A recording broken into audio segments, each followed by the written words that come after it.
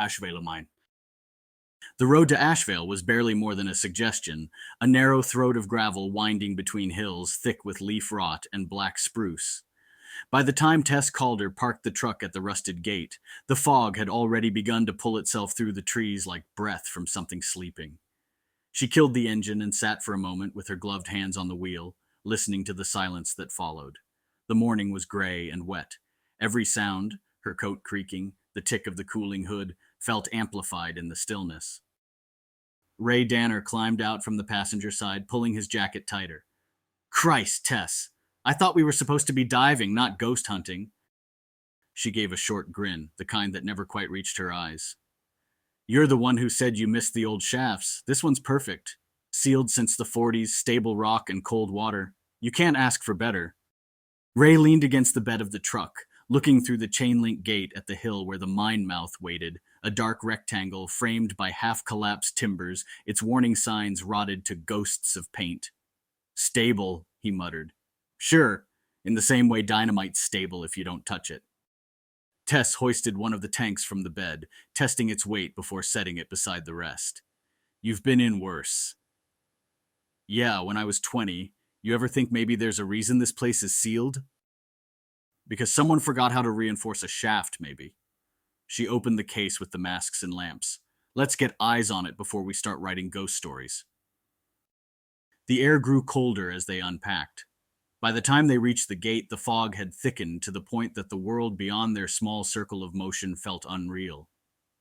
Ray clipped the chain, swung the gate wide, and they began the short hike up the slope. Packs heavy, boots sliding in the mud, the hum of insects replaced by the hush of dripping trees. When the black mouth of the mine came into view, it was like a wound cut into the earth. The wooden braces were wet and black with mold. Inside, water glimmered faintly against stone. Ray stood at the edge of the darkness, his breath visible. You smell that? Sulfur, Tess said. Old veins and bad air. Pretty standard. No, there's something else. Like, he frowned, searching, like a carcass. Something crawled in and died. We'll be under before it matters. She crouched, set her lamp, and flicked it on. The beam cut a thin white tunnel through the gloom, catching on the rippled surface of the flooded shaft below. Water's clean enough.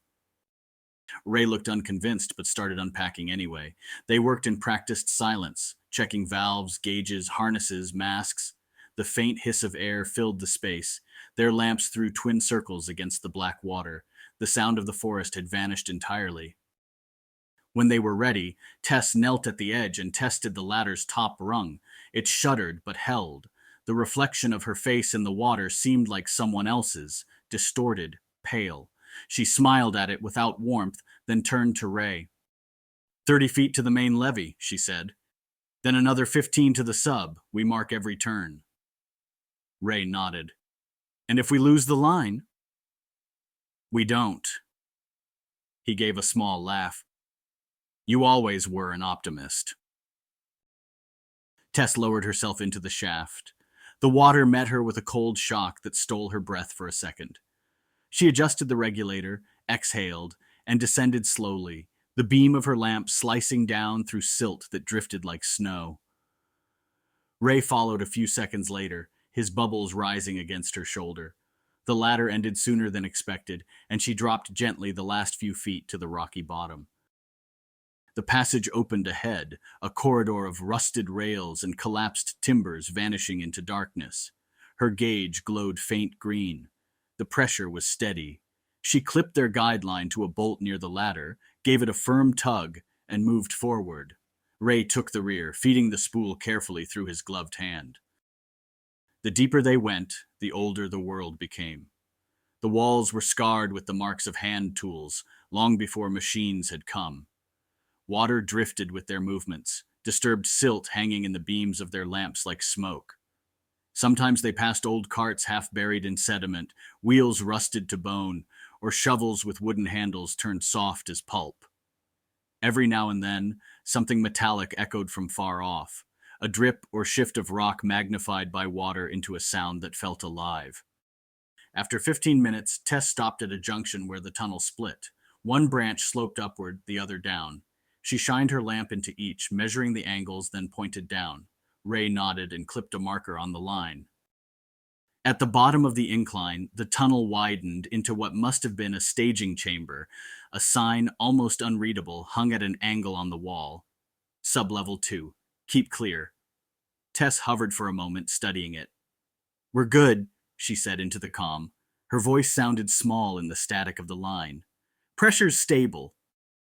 Copy, Ray said. Visibility? 4 feet maybe. Watch the silt. They pushed forward. The air pocket above the waterline had long collapsed, leaving every inch of the sublevel submerged.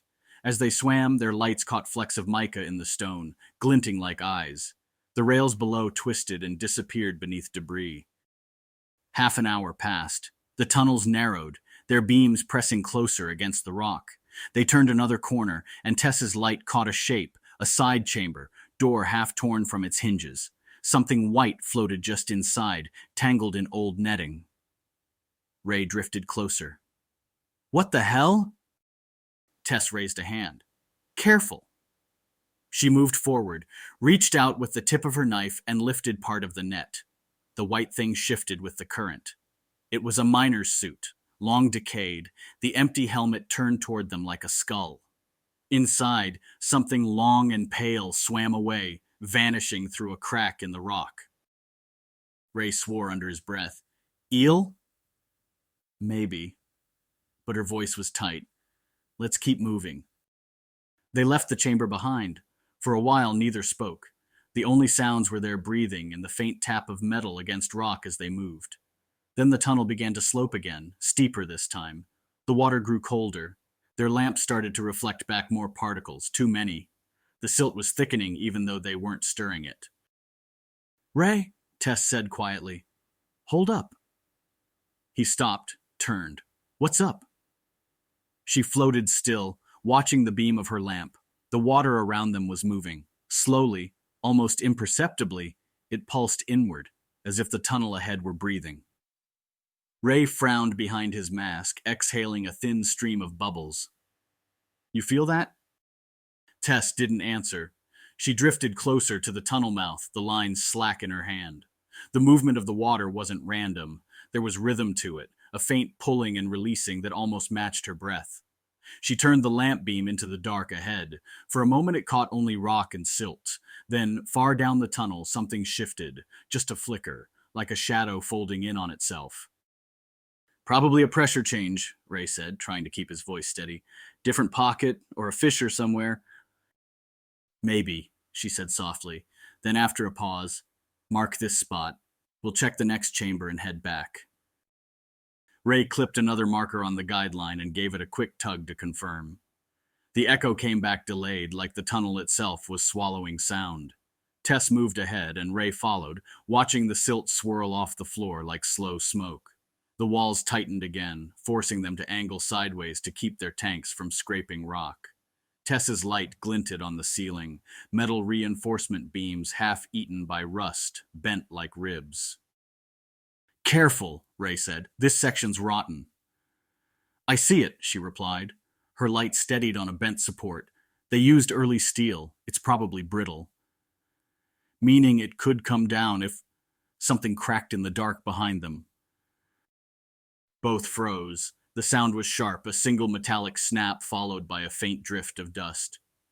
Ray turned slowly, scanning his lamp across the tunnel. The water was clouded from their passage, nothing visible beyond the fog of silt. He waited, breath held, expecting to see more debris fall. Nothing, only the hiss of air and the press of silence. Old beam settling, Tess said finally, her voice low. Let's keep moving. They swam on, slower now. The tunnel curved, descended a few degrees, then opened into another wide chamber.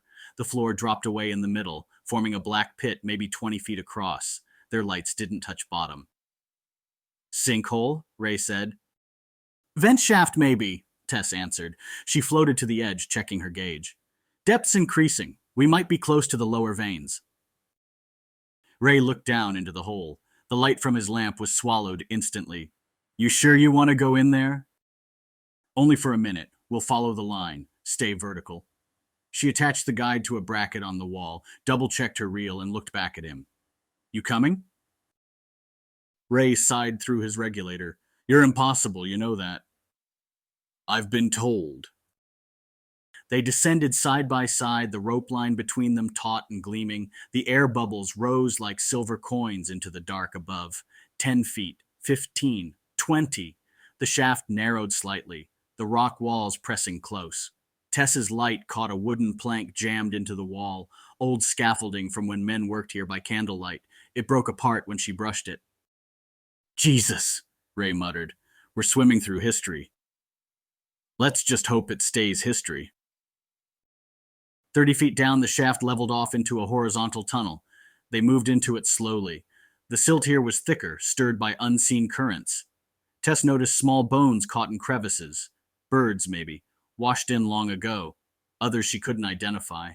The deeper they went, the more the air in her mask felt heavy, thick with the memory of things once alive. Ray's voice came through faintly. You getting bad air? Negative. You? No, just feels weird, like it's thicker down here. It's your head, Tess said, but she didn't sound convinced. The tunnel forked again. Tess took the right path, marking the line. The walls here were narrower, the roof lower. Something dripped steadily above them, a slow rhythm like a heartbeat. As they passed, Tess's light caught movement again, something long slipping away between rocks. She stopped. Ray, she whispered. He turned his light to follow hers. What is that? It was gone before either could tell. Just a blur, maybe a trick of silt. But the water was moving again, slowly pushing past them, outward from deeper inside the rock. Ray's breathing quickened. We should turn around. In a minute, Tess said. There's something down here. Could be an air pocket. Could be a collapse waiting to happen. She ignored him, pushing forward another few feet. The tunnel widened again into an uneven cavern. Half the floor was mud, half submerged. The remains of wooden scaffolding lay scattered like bones. Tess surfaced into the pocket, lifted her mask, and took a breath. The air was stale but breathable. She set her lamp on a rock and looked around. Big chamber, she called down. Maybe the old central drift. Ray surfaced beside her. The moment he broke the surface, the smell hit him. Thick, sour, animal. He gagged. God, what?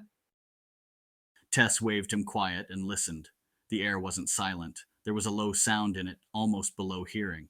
A rasp or scrape coming from deeper in the dark beyond their lights. Do you hear that? She asked. Ray nodded slowly, eyes wide. Yeah. They turned their lights toward the far end of the chamber. The beams reached broken timbers, mounds of collapsed rock. Beyond that, only black. The sound came again, closer now, like something dragging through shallow water. Tess slipped her mask back on. Under again, she whispered. Now. They went under. The world became pressure and pulse. The light from Tess's lamp cut through the murk ahead, catching nothing but rock and wood. The rasping continued, muffled now by water but closer, moving faster. Ray reached for her shoulder, but she was already ahead, kicking hard toward the far wall. Suddenly the tunnel shook. A heavy thud echoed through the stone, followed by a cloud of silt that swallowed them both. Ray's light vanished in a brown storm. Tess! He shouted into the comm. You there? Static. Then, lines, stuck, hold. The rest dissolved into white noise. Ray groped for the guideline, found it jerking violently.